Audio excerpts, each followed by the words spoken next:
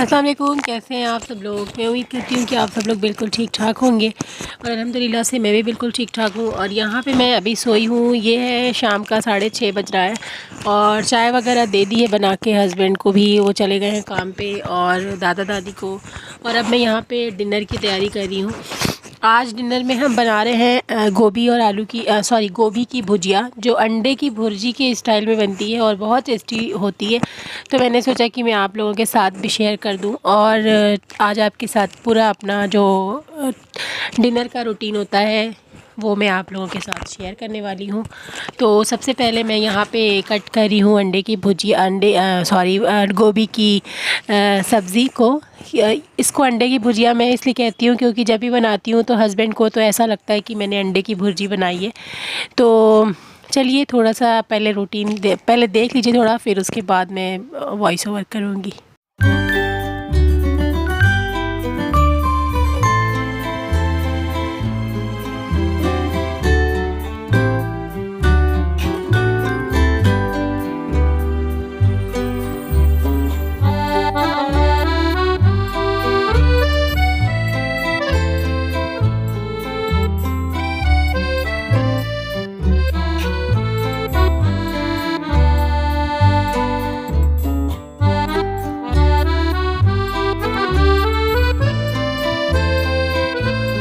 तो मैंने सब्ज़ी को धो लिया है और टमाटर को धो लिया है। साथ में थोड़े बहुत मैं डिनर के जो रूटीन शेयर कर रही हूँ उसमें मैं इसी तरीके से करती हूँ। जो साइड में बर्तन वगैरह निकलते हैं ज़रूरत की चीज़ों को, फिर वो सब मैं धोते जाती हूँ। और इस सब्ज़ी के लिए मैंने थोड़ा सा ग्रीन चिली जो है, और सिर्फ ग्रीन चिली को चॉप किया है। बिना प्याज के मैं इसको बनाती हूँ गोभी को। सिर्फ मिर्चे और टमाटर के साथ मैं इसको बघार देती हूँ। बहुत ज़बरदस्त बनती है, कभी ज़रूर ट्राई करिएगा। और इसको मैं चॉप कर लूँगी और इस चॉपर का रिव्यू भी मुझे करना है बिकॉज़ अभी मैंने इसको न्यू लिया है। इससे पहले भी था मेरे पास तो मैं ससुराल गई तो एक ससुराल लेते गई, उससे पहले भी था तो मायके गई तो मायके लेते गई फिर अब इस दोबारा मैंने लिया है। और एक दो लोग मुझे इंस्टाग्राम पे पूछते हैं कि आपने चॉपर कैसे लिया, कहाँ से लिया, तो मैंने सोचा कि इसका भी बता देते हैं। इस घर में शिफ्ट होने के बाद लिया है मैंने, तो मैं इसको बताऊँगी आप लोगों को। साथ साथ में मैं सारे काम करते जाती हूँ। तो सबसे पहले तो डिनर ही मस्ट होता है क्योंकि 7:30-8 बजे तो मैं उठती हूँ बनाने। और तो देखिए तेल गरम हो गया है, तो अब इसके अंदर मैं मिर्चा और टमाटर डाल दूँगी। क्योंकि गोभी है, सिर्फ आलू नहीं है, तो इसलिए टमाटर डाल दे रहे हैं। बिकॉज़ अगर आलू होता तो टमाटर बाद में डालते, लेकिन गोभी को भूनते भूनते में तो गल जाती है एकदम अंडे की भुर्जी की तरह। बहुत ज़्यादा टेस्टी होती है। ऊपर से अगर आप धनिया की पत्ती या सोया की पत्ती डालना चाहें तो वो भी डाल दें। और साथ में मेरा नमक ख़त्म हो गया था तो मैंने नई पैकेट निकाली और नमक को नमक के डब्बे में रखा। कैमरे का एंगल वगैरह मुझे चेंज करना पड़ता है, तो ये समझ लीजिए 40-50 मिनट की रूटीन होती है, लेकिन आप लोगों को कट कट करके दिखाना पड़ता है ना। नमक ख़त्म हो गया है और भी मसाले ख़त्म हो गए हैं जो मुझे लेने हैं, लेकिन जब मैं मार्केट जाती हूँ अगर बाबू साथ में होता है तो फिर मुझे जो चीज़ें याद रह जाती हैं वो मैं लेके आ जाती हूँ। आप देखिए, देखने में भी ऐसा लग रहा है ना कि अंडे की भुर्जी बन रही है। और ब्रेड आई थी तो ब्रेड को मैंने अभी तक फ्रीज़ में नहीं रखा है और अभी मैं रख दूँगी इसको। तो यहाँ पे टमाटर जब अच्छे से थोड़ा सा अपने पानी को उसने ख़त्म कर लिया तो फिर मैंने इसके अंदर गोभी डाल दी और अब नमक डाल दिया है और रेड चिली पाउडर डाल दिया है। साथ में मैं जो टोकरी वगैरह होती है, सब चीज़ें जो होती हैं वो सब धो धो के रखते जाती हूँ। वैसे तो मेड बर्तन धोती हैं, लेकिन वो बर्तन बिल्कुल खाने का होता है। जो ऊपर ऊपर की चीज़ें होती हैं वो मैं धो देती हूँ। और फिर मुझे आटा सानना था क्योंकि आटा वैसे भी ख़त्म हो गया था। फ्रीज़ में आटा साना हुआ रखती हूँ मैं, तो अभी आटा ख़त्म हो गया था तो मैंने सोचा कि आज थोड़ा ज़्यादा सा सान के तो रख लेते हैं। क्योंकि फ्रीज़ में आटा सना हुआ रखा होता है तो 2-4-7 रोटी बनाने में परेशानी नहीं होती है। तो मैं अभी आटा सानूँगी।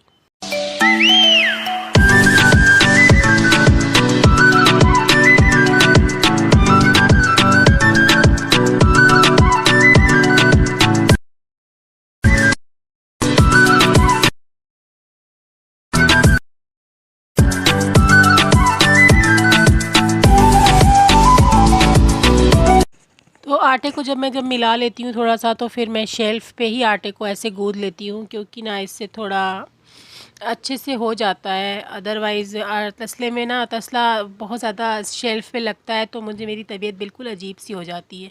तो मैं हमेशा शेल्फ़ पे ही उसको थोड़ा सा गूँद लेती हूँ, मुक्के लगा देती हूँ ताकि अच्छे से माड़ ले आटे को। और तसले को फुला दिया है मैंने, ताकि मैं इसी स्टेज पे इसको भी धो लूँगी। और थोड़ी सी शेल्फ़ को साफ़ कर देते हैं। साथ साथ में काम करते जाओ तो काम ख़त्म हो जाता है। बस बर्तन जो थोड़े बहुत रहते हैं जो खाने के बाद के, और जिसमें खाना पकता है वो सब बर्तन, और फिर सुबह नाश्ते का बर्तन, तो फिर 12 साढ़े 12 बजे के करीब मेड आती हैं तो वो सारा बर्तन धोती हैं। तो जो बर्तन इतने टाइम निकलते हैं वो सब मैं किचन काउंटर पे नहीं रखती हूँ, वो सब मैं एक टब में रख के, तो सिंक के नीचे स्पेस है उसमें रख देती हूँ। आटा सानते सानते फिर मुझे बहुत तेज़ प्यास लगी थी, तो फिर मैं जाके तो बैठ के पानी पी रही हूँ। और अंडे की भुर्जी सॉरी, वो गोभी की भुजिया, आप देख सकते हैं शक्ल से अंडे की भुर्जी लग रही है और बहुत अच्छी गल गई थी। लेकिन इस वक्त मेरे पास कोई वो नहीं था, ग्रीन जो पत्ती होती है धनिया की या फिर सोया की, अगर वो डाल देते तो और मज़ा आ जाता। फिर मैं इसको शिफ्ट करूँगी इधर उधर, और अभी मैं रोटी बना लूँगी। दादा थोड़ी मोटी रोटी खाते हैं क्योंकि वो कहते हैं कि मेरे दाँत से पतली रोटी नहीं वो होती। तो मैं सबसे पहले उनके लिए एक मोटा फुल्का बना के तो फिर 6-7 रोटी बना लेती हूँ। मैं सिर्फ़ एक ही रोटी खाती हूँ, मैं ज़्यादा रोटी नहीं खाती। एक रोटी खाती हूँ, थोड़ा सा चावल। और बस जल्दी जल्दी से बनाते जाएंगे। और इधर ये एक बार दो बार सब्ज़ी को भी देख लेते हैं।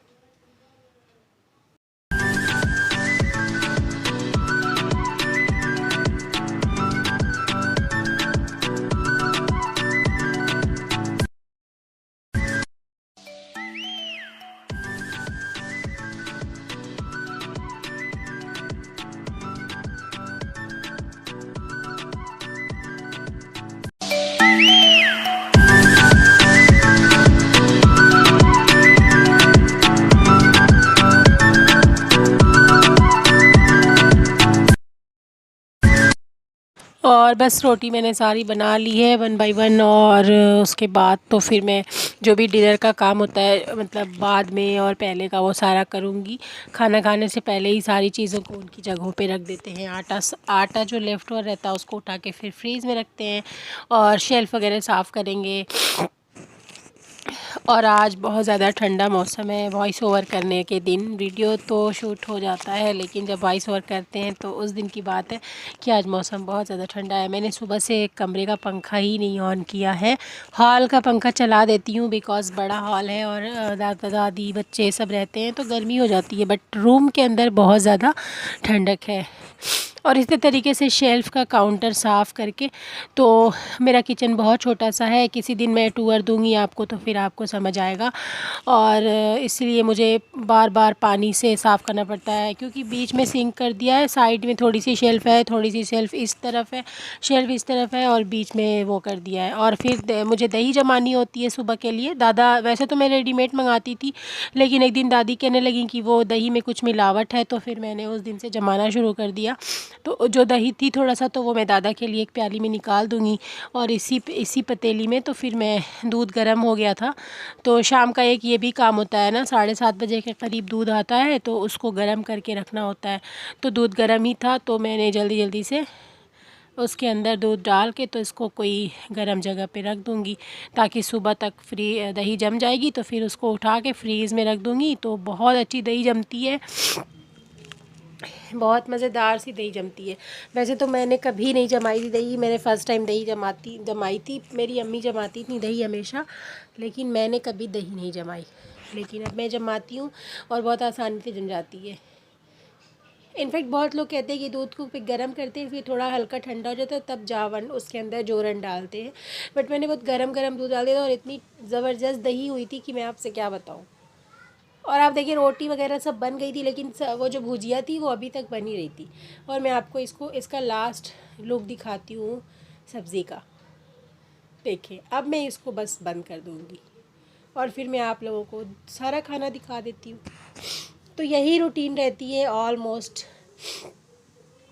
जो भी खाना बनाते हैं वो खाना दही जमाना होता है, और जो बर्तन वगैरह रहते हैं वो सारे बड़े बड़े बर्तन होते हैं, टब में डालने होते हैं, किचन काउंटर को साफ़ करना होता है। उसके बाद बस। और दादा दादी के खाने का टाइम भी हो गया था, तो मैंने सोचा कि उन लोग को खाना दे देते हैं। तो फिर उम्मीद करते हैं कि आपको व्लॉग पसंद आया होगा। तो मिलते हैं नेक्स्ट व्लॉग में इंशाल्लाह ताला। दुआ में याद रखिएगा। अल्लाह हाफ़िज़। सब्सक्राइब कर दीजिएगा चैनल।